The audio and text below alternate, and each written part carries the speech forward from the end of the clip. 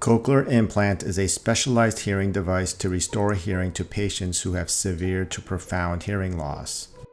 The procedure begins by performing a mastoidectomy accomplished by removing the hollow bone behind the ear. After making an incision and retracting the ear forward to expose the mastoid bone surface, the honeycomb partitions of the mastoid bone are then drilled away down to where it connects into the middle ear.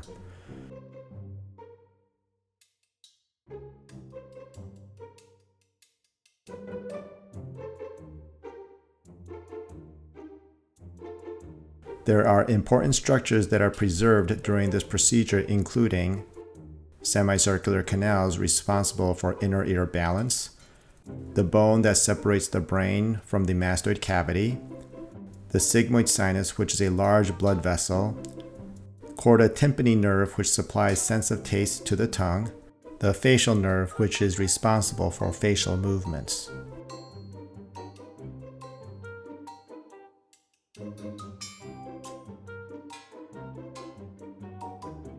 Once the round window is exposed, a well along with a channel are drilled into the skull upon which the implant is seated.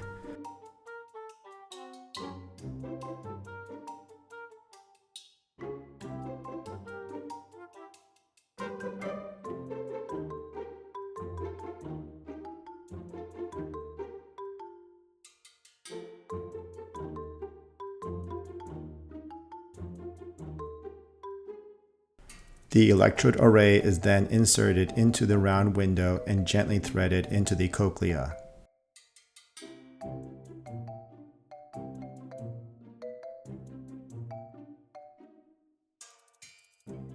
The skin incision is then closed.